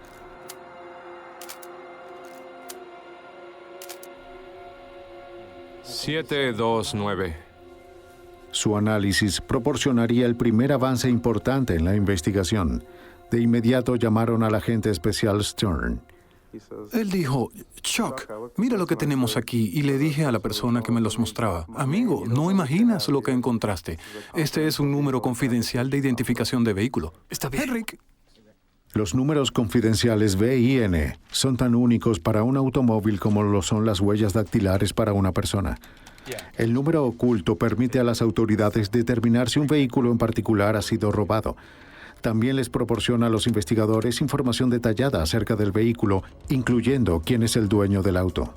En 15 minutos, los investigadores pudieron ingresar el número confidencial en la computadora del Centro Nacional de Información Criminal, que guarda un registro de los vehículos que han sido reportados como robados.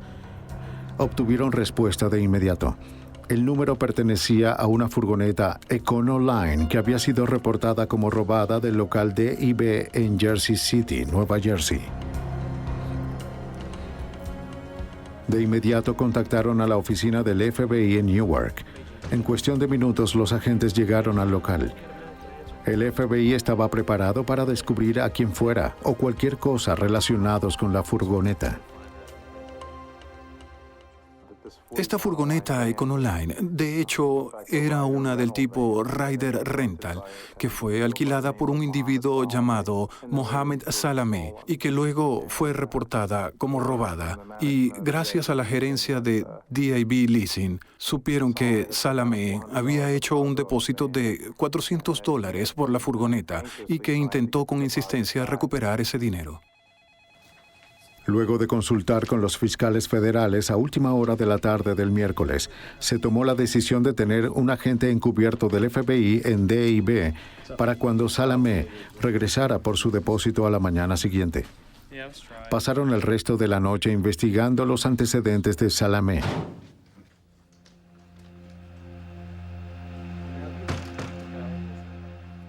Se enteraron de que Mohamed Salameh era un inmigrante de 25 años de ascendencia palestina.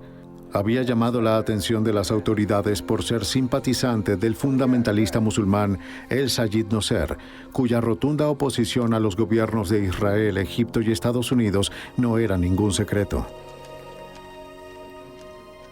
El agente encubierto se hizo pasar por un representante de Ryder y le dijo a Salameh que necesitaba más información acerca del robo de la furgoneta antes de devolverle el depósito.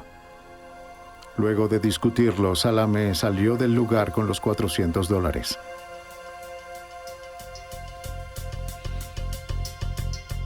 Al salir de la oficina, docenas de agentes del FBI que habían estado monitoreando la conversación abordaron a Salamé. Menos de una semana después del bombardeo, el FBI tenía a un sospechoso bajo custodia. Salamé no les dijo mucho a los agentes que lo interrogaron sobre el atentado, pero ellos sabían que era probable que él no hubiese actuado solo.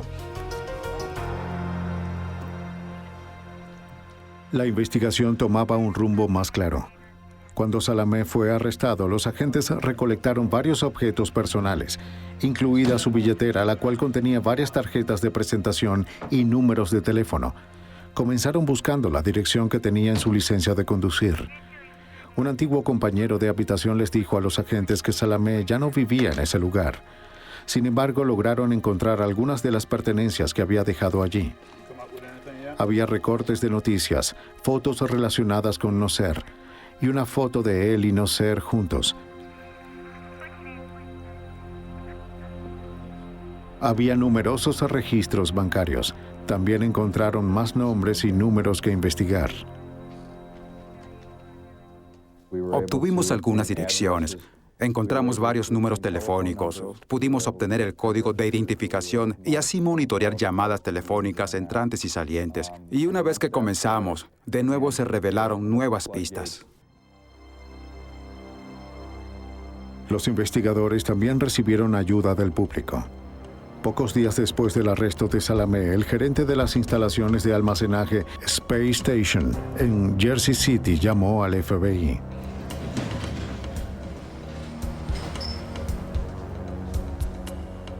Las personas que alquilaron la unidad 4344 habían recibido varias entregas de compañías químicas justo antes de la explosión en el World Trade Center. El gerente pidió una llave y abrió la unidad. En el interior encontró lo que parecía ser parafernalia para fabricar bombas. Los agentes del FBI llegaron a la misma conclusión. Adentro, los investigadores hallaron varios compuestos que podían usarse para fabricar explosivos. Sus hallazgos fueron enviados al laboratorio del FBI para ser analizados. También hubo muchas otras pistas que surgieron de la búsqueda en la instalación de almacenaje. Recibos de productos químicos, registros bancarios y telefónicos y un extra inesperado, un registro de las idas y venidas del sospechoso. Para ingresar a la instalación, cada arrendatario tenía que ingresar su código de acceso especial en un teclado ubicado en la entrada. Cada vez que un arrendatario ingresaba su número, este se registraba en un sistema computarizado. Los agentes pudieron determinar las veces que se accedió a la unidad 4344. Luego la policía armó una rueda de identificación. Doug Melvin, gerente de Space Station, identificó a Mohamed Salamé como el hombre que alquiló la unidad. ¿Reconoce a alguien? Lo reconoció con facilidad porque Salamé visitaba su unidad con frecuencia. Según la experiencia de Melvin, por lo general los clientes no tienen motivos para hacer eso. Siguiendo con la búsqueda de una posible pista, los agentes obtuvieron registros telefónicos de un teléfono público justo afuera de la instalación de almacenamiento.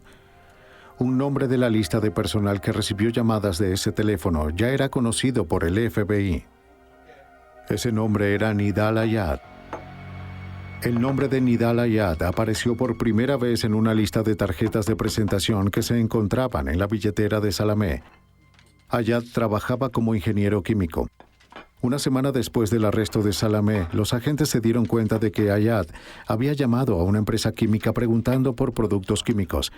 La posibilidad de que ocurriera otro atentado era terriblemente posible. Parecía que se estaba gestando otro acto de violencia.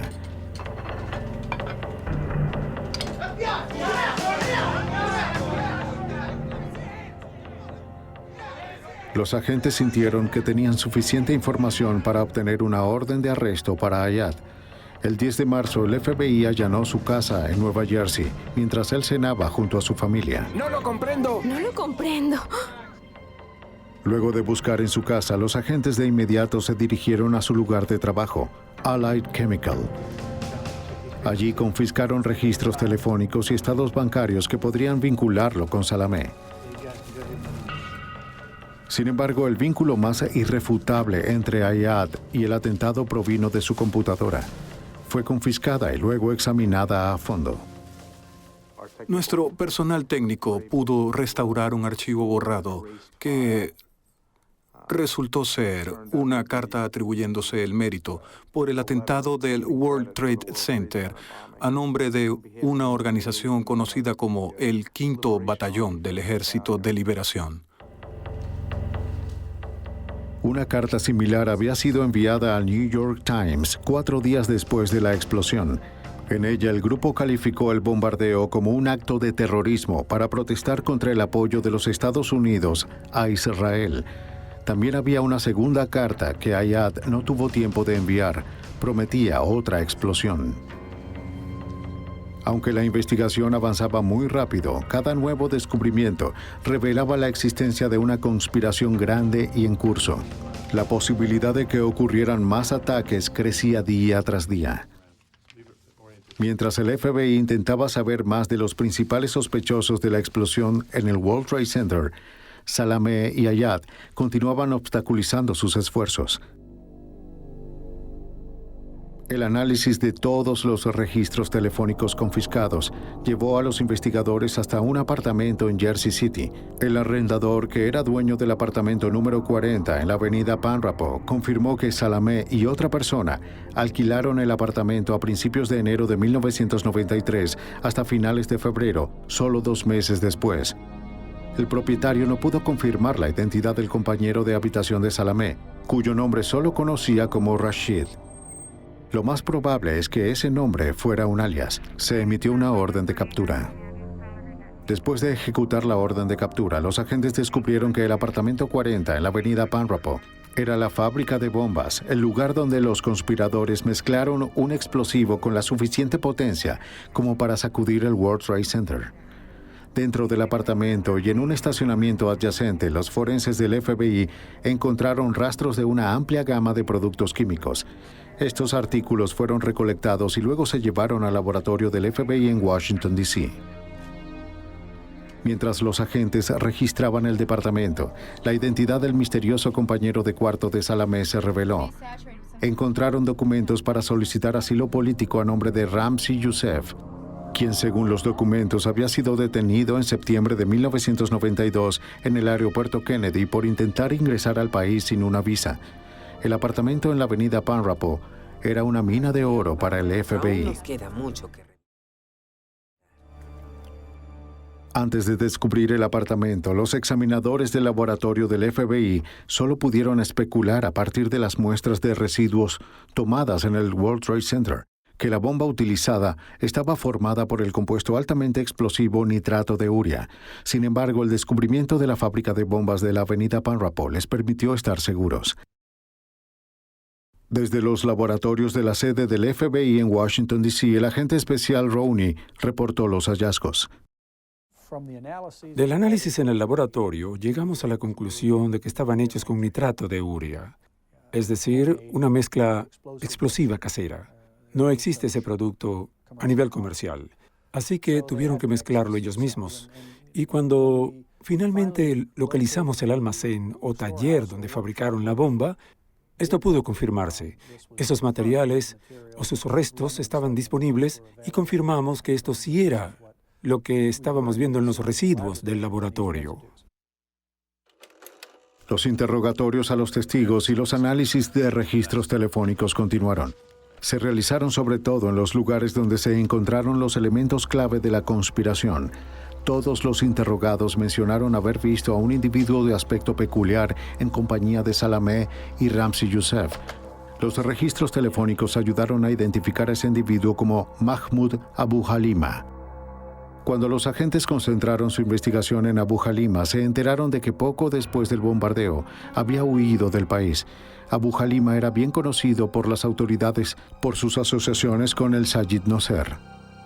Abu Halima también era cercano al clérigo radical musulmán Sheikh Omar Abdul Rahman, quien más tarde sería sentenciado a cadena perpetua por conspiración para bombardear varios monumentos de la ciudad de Nueva York. Poco después de que los agentes se enteraran de que Abu Halima había huido del país, las autoridades egipcias contactaron al FBI para informarles que había sido arrestado y detenido en El Cairo. Abu Halima era buscado allí por conspirar contra el presidente egipcio Hosni Mubarak. Las negociaciones entre los gobiernos de Estados Unidos y Egipto fueron exitosas. Los agentes viajaron a Egipto y se llevaron a Abu Halima bajo custodia del FBI. Cuando fue entregado a los agentes del FBI, tenía las manos esposadas y su cabeza completamente cubierta. Le dijo al FBI que creía que se lo llevarían para matarlo. Aliviado de estar bajo su custodia, habló con los agentes en el vuelo de regreso a Nueva York. Dio diversas declaraciones que luego fueron utilizadas en su contra en el juicio. Uno de los puntos clave que reveló fue, ya saben, de Rashid, lo que más tarde se determinó que era un alias utilizado por Ramzi Youssef. Abu Halima le dijo a Stern que él y Youssef se habían conocido en Afganistán en un campamento secreto para los combatientes de la libertad musulmana, Mujahideen, un campamento de entrenamiento para terroristas internacionales. En cada paso de la investigación aparecía el nombre de Ramzi Youssef. Era un terrorista internacional conocido y experto con explosivos. Los agentes ahora creían que él era el cerebro detrás del atentado del World Trade Center. El FBI comenzó a buscar a Youssef. Pronto supieron que había huido del país la noche del atentado al Trade Center. La cacería internacional de Ramzi Youssef había comenzado. Mientras tanto, los agentes intentaban determinar cómo y cuándo llegó Youssef a los Estados Unidos. Se dijo que el día en que Ramzi Youssef llegó a suelo estadounidense fue el día en que llegó el terrorismo a los Estados Unidos. El 1 de septiembre de 1992, el sombrío experto en fabricación de bombas entrenado en Afganistán llegó al aeropuerto Kennedy de Nueva York. El riguroso examen hecho por el FBI del manifiesto del pasajero del vuelo de Youssef ese día reveló otra pista. No había ingresado solo al país en septiembre de 1992. Con él estaba Ahmad Ayad. Pero Ayad había sido detenido por los agentes de aduanas por poseer un pasaporte sueco falso. En la maleta de Ayad, los agentes de aduanas encontraron una biblioteca de manuales sobre fabricación de bombas y conflictos de guerrillas. La maleta fue confiscada y Ayad fue arrestado y encarcelado por fraude con pasaporte. Para el FBI, Ayad no parecía ser un conspirador. Estuvo encarcelado desde septiembre de 1992 y durante el atentado al Trade Center en febrero de 1993. Por suerte para los agentes, el sistema penitenciario requería que se grabaran todas las conversaciones telefónicas. Sin saberlo, Ayad había dejado un rastro y los agentes lo siguieron de inmediato. Y comenzamos a notar que él usaba diversos métodos, sobre todo a través de llamadas entre tres, donde llamaba a otro individuo y luego ese individuo redirigía las llamadas.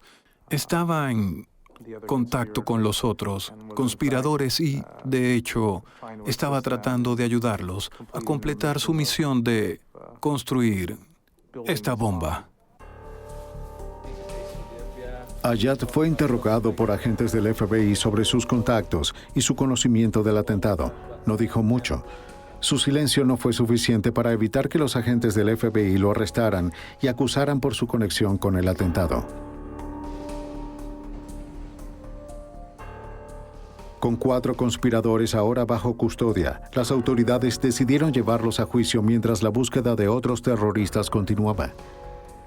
En septiembre de 1993, 6 meses después del atentado del World Trade Center, Salameh, Ayad, Abu Halima y Ayad comparecieron ante el Tribunal Federal de Nueva York.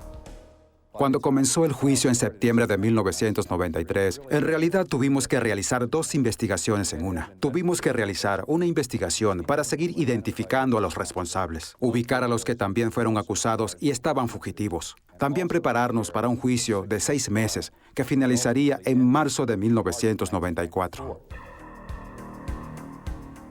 Para entonces, los examinadores habían procesado numerosas escenas del crimen. El World Trade Center, las instalaciones de almacenamiento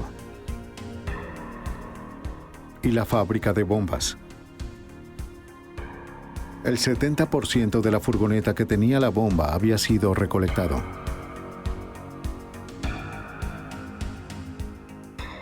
También hubo una gran cantidad de recibos, registros telefónicos y entrevistas.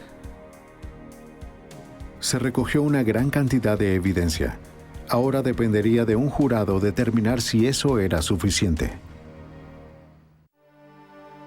En septiembre de 1993, 6 meses después del bombardeo, los fiscales federales estaban listos para mostrar a un jurado cómo los acusados llevaron a cabo el bombardeo del World Trade Center.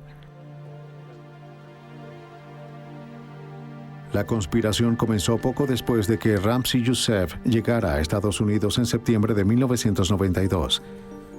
Se mudó con Salameh y los dos se hicieron buenos amigos. La amistad se fundó en un odio mutuo hacia Israel y el deseo de interrumpir el apoyo de Estados Unidos al gobierno israelí. Eligieron el World Trade Center como el escenario para articular su agenda política. Las torres del World Trade Center eran los edificios más altos de la ciudad y se elevaban unos 400 metros de altura sobre el pavimento. Además de las 2 torres, el complejo incluía el Hotel Vista, numerosas áreas comerciales subterráneas y entradas a las líneas de metro que conectaban a Nueva York y a Nueva Jersey. Debajo había 5 niveles de estacionamiento y cada nivel tenía más oficinas y negocios. Los terroristas decidieron que la bomba podría causar más daño y acabar con más vidas al ser colocada en el estacionamiento. El plan se llevó a cabo. Los recibos mostraron que en noviembre Youssef usó un alias para comprar productos químicos. Durante todo el invierno compraba más, mientras perfeccionaba la fórmula de su bomba y trabajaba en el plan de ataque. ¿En dónde están las X? Los productos químicos fueron entregados al almacén Space Station. Salameh o Youssef firmaban para recibirlos usando alias para asegurarse de que ningún rastro escrito los llevara a ellos. Youssef estaba desesperado por los manuales de fabricación de bombas confiscados del equipaje de Ayad. Youssef desarrolló un ingenioso sistema de llamadas de 3 vías para evitar el rastreo del teléfono desde la prisión de Ayad, en la ciudad de Nueva York, a su apartamento en Nueva Jersey. Primero Youssef llamaba a un puesto de hamburguesas en Dallas, Texas, donde trabajaba su amigo Iyad Ismoil. Luego Ismoil llamaba a Ayad mientras Youssef esperaba en la otra línea. Aquí estoy. No. Oye... Cuando Ayad contestaba el teléfono en prisión, Ismoil lo conectaba con Youssef. Sí, pásale el teléfono a Ayad. Ayad, ¿cómo te va? Juntos, los 3 pudieron discutir la construcción de la bomba. No tengo los planos. No. Al jurado se le mostró de forma muy metódica todo lo que los terroristas habían hecho para protegerse entre ellos. Estos hombres no serían disuadidos. Los fiscales continuaron.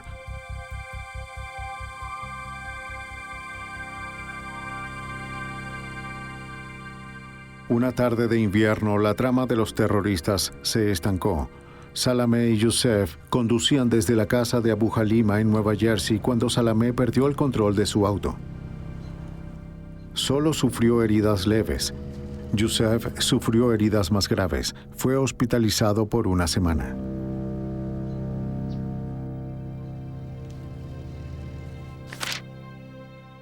Youssef llamó a las compañías químicas desde su cama en el hospital.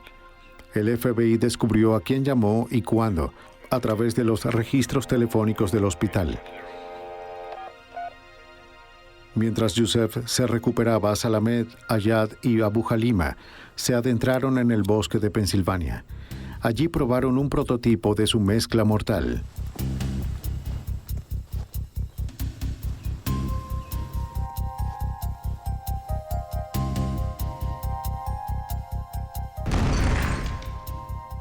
Explotó, pero necesitaba más potencia.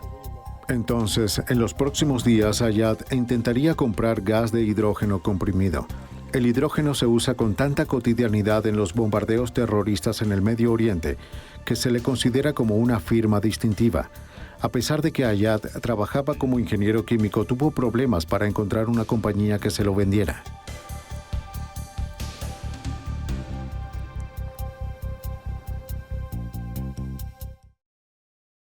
El 16 de febrero, el químico Ayad alquiló un automóvil para explorar el World Trade Center. Las huellas dactilares de Salameh en el volante revelaron que él lo conducía. Estas huellas también estaban en el boleto para el nivel B2 del estacionamiento. Un boceto encontrado más tarde mostró que Ayad había hecho un bosquejo del esquema del piso. Luego, solo 4 días antes del bombardeo, a petición de Youssef, Iyad Ismoil llegó a Nueva York desde Dallas para ayudar a terminar la fabricación de la bomba. Ismoil también condujo el vehículo que llevaba la bomba al estacionamiento.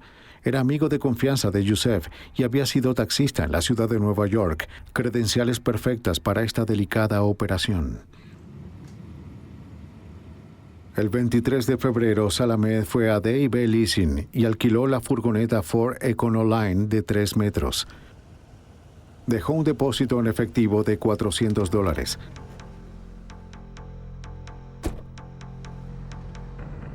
La construcción de la bomba estaba casi completa. Hubo otra vista de reconocimiento al estacionamiento del World Trade Center. World Trade Center, recepción y despacho.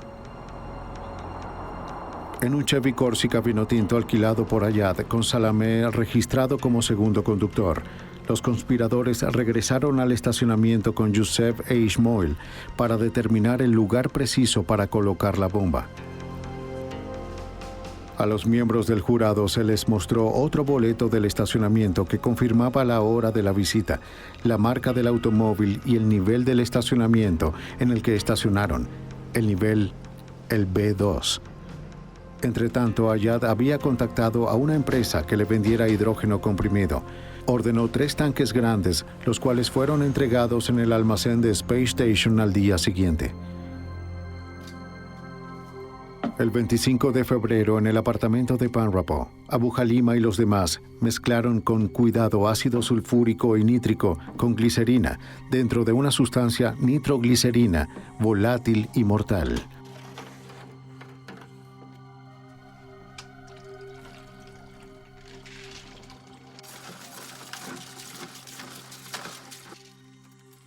Mezclaron unos 550 litros de cristales de urea con varios litros de ácido nítrico. Lo vertieron en grandes cilindros metálicos donde se transformó en una masa similar a un gel. Transfirieron la masa de urea con nitrato a unos recipientes de basura de plástico.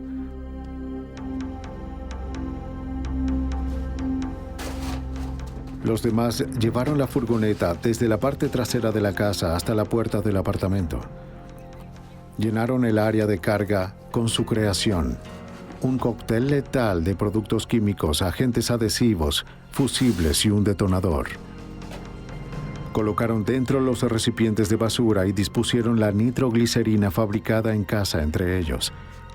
Habían entrelazado 4 largos fusibles a través de tubos quirúrgicos para reducir el humo y la combustión lo suficiente para que los terroristas pudieran escapar.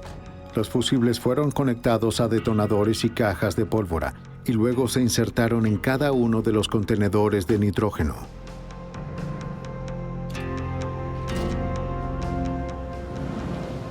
Lo único que faltaba era el hidrógeno que se usó para lograr que la explosión fuera aún más devastadora. En la furgoneta Ryder, seguida por el Corsica de Ayad, condujeron hasta Space Station para buscar el hidrógeno. Lo introdujeron con cuidado en la furgoneta. Apoyaron los 3 tanques rojos detrás de las cajas de nitroglicerina contra las puertas traseras.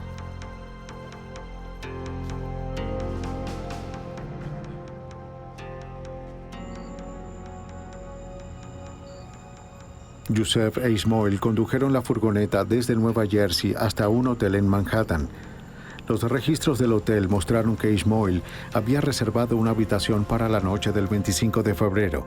En la noche, la aparcaron en la parte trasera, oculta a la vista. A las 10 de la noche, desde su casa en Jersey City, Salameh informó a la policía de Nueva York que la furgoneta había sido robada. Inventó la historia de que la aparcó en un supermercado y al salir notó que ya no estaba allí. Más tarde esa noche se reunió con la policía para documentar el robo. Sabía que necesitaría un informe policial válido si quería recuperar su depósito. Los agentes se enteraron de que Salamé había comprado un boleto aéreo de infante en el extranjero, porque era lo único que podía pagar. Necesitaba el depósito de la furgoneta para poder cambiar el boleto por uno de la tarifa de adulto. Una vez el vehículo se reportó como robado, todo estaba a punto. Los terroristas hicieron su último viaje al World Trade Center.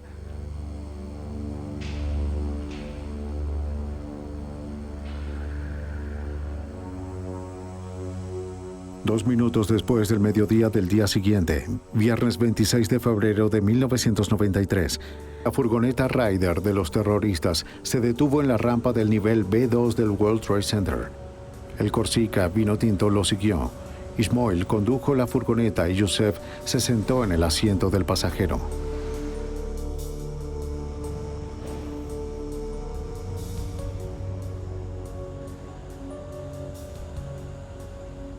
Llevaron la furgoneta hacia un espacio que normalmente ocupaba una furgoneta de la Autoridad Portuaria de Nueva York. Puesto que la Autoridad Portuaria era propietaria del World Trade Center, sus vehículos tenían fácil acceso dentro y fuera del estacionamiento. El auto para escapar los esperaba cerca. Uno de los hombres sostuvo un encendedor de cigarrillos contra el fusible.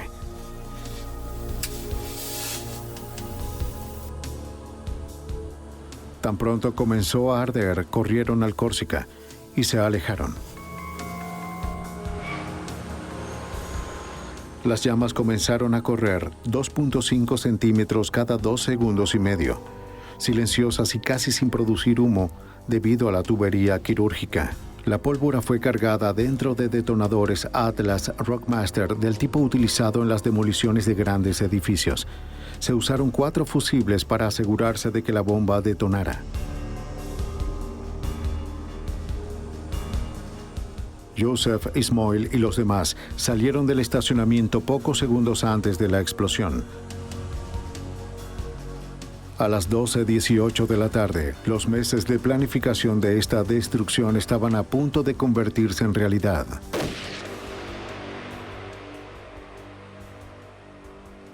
La explosión golpeó la pared de la torre con una fuerza masiva, destruyendo todo a su alrededor.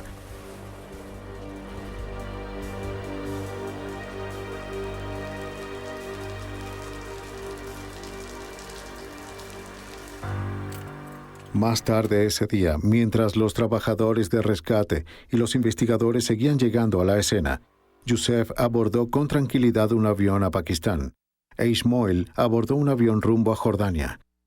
Pocos días después, Abu Halima también había huido. Si los investigadores no hubiesen encontrado y rastreado el número de identificación con tanta rapidez, Salamé probablemente habría escapado también. En el transcurso del juicio de 6 meses, el jurado escuchó el testimonio de 206 testigos y revisó un total de 10.000 páginas de testimonios. En febrero de 1994, un año después del bombardeo, el juicio concluyó. El jurado tardó solo 3 días en llegar a un veredicto. La presidenta del jurado leyó 38 declaraciones de culpabilidad, conspiración, destrucción explosiva de una propiedad, transporte interestatal de explosivos y asesinato. Cuando ella terminó, la sala del tribunal estalló. Ayad y Salamé se levantaron gritando que el veredicto era una injusticia. Solo Abu Halima seguía en silencio. Sentado con calma, con los brazos cruzados, con una sonrisa de desconcierto en su rostro. 3 meses después de sus condenas, el 24 de mayo de 1994, el juez Kevin Duffy condenó a cada terrorista a 1 año de prisión por cada año de vida que les arrebataron a las víctimas, lo cual dio un resultado de 240 años a cada uno, sin posibilidad de libertad condicional. La declaración de las sentencias duró horas y cada acusado dio un largo discurso. Mohamed Salamé, el químico Nidal Ayad, Ahmed Ayad, el hombre que trajo al país los manuales para fabricar bombas, y Mahmoud Abu Halima, conocido como El Rojo, pasarán el resto de sus vidas en prisión. Aunque el juicio de los 4 acusados fue un éxito, el autor intelectual Ramzi Youssef y su cómplice Eyad Ismoil aún seguían siendo fugitivos. 4 de los 6 conspiradores en el bombardeo del World Trade Center habían sido condenados, pero el FBI aún seguía en busca de la mente maestra del bombardeo.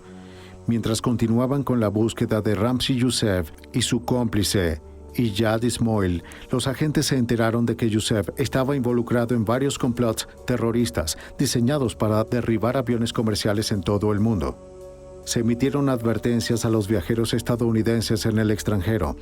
Más ataques terroristas contra estadounidenses o intereses estadounidenses podrían ocurrir después del veredicto. Youssef era uno de los hombres más peligrosos y elusivos del mundo. Después del incidente del World Trade Center, es obvio y evidente que estaba planeando actos adicionales de terrorismo en todo el mundo. El caso de la conspiración aérea ciertamente revelaba el alcance de lo que se estaba planeando.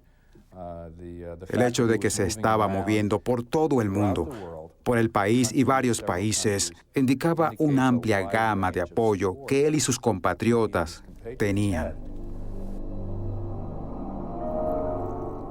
No fue sino hasta febrero de 1995, 2 años después de lo sucedido en el World Trade Center, que Ramzi Youssef fue arrestado en Pakistán y entregado a agentes del FBI. El agente Stern fue enviado a buscar a Youssef y llevarlo a los Estados Unidos. De pronto, Youssef estaba dispuesto a confesar. Su odio por los Estados Unidos por brindar apoyo a Israel lo consumía por completo. Le dijo a Stern que eligieron el World Trade Center como su objetivo porque era el símbolo más grande de las finanzas y del imperialismo estadounidense. Sintió que era como un estado de guerra. Lo comparó con los ataques atómicos de los Estados Unidos contra Hiroshima y Nagasaki, donde, según declaró, murieron 250,000 de personas, y sintió que, si él derribaba una de las torres sobre la otra, mataría a esa cantidad de personas, y era un acto similar. El arresto final se produjo 6 meses después, en junio de 1995. Eyad Ismoil fue encontrado y capturado en Jordania. También fue entregado a los Estados Unidos para ser juzgado por su papel en el atentado. Youssef e Ismoil fueron juzgados juntos en la ciudad de Nueva York. En enero de 1998, luego de ser declarados culpables de los mismos 38 cargos que los otros acusados enfrentaron, un juez los sentenció a cadena perpetua sin posibilidad de libertad condicional. El juez, al llamar a Youssef apóstol del mal, dictaminó que Youssef debía permanecer el resto de su vida en confinamiento solitario. Solo una vida de soledad podría evitar que Youssef conspirara para volver a matar. Con los principales conspiradores encarcelados de por vida, el FBI y otras agencias encargadas de hacer cumplir la ley han tenido la oportunidad de reflexionar sobre la magnitud de esta investigación. El caso del Wall Street Center, en muchos sentidos, fue una verdadera llamada de atención a las fuerzas de seguridad. Fue el mayor acto de terrorismo internacional en el país. Y a pesar de que el terrorismo ha existido aquí por muchos años, ciertamente el alcance que vivimos en el World Trade Center fue algo único y sin duda mucho más horrible de lo que habíamos visto en el pasado. Los terroristas llevaron a cabo una destrucción de $550 millones en el World Trade Center. El daño financiero causado por la interrupción de los negocios nacionales e internacionales también fue muy evidente. Estados Unidos había sido sacudido por su creencia de que los ataques terroristas internacionales no ocurren en suelo norteamericano. Al poner fin a una conspiración tan compleja y de tan largo alcance tan rápido, el FBI envió un mensaje por todo el mundo. La toma de vidas inocentes nunca será tolerada.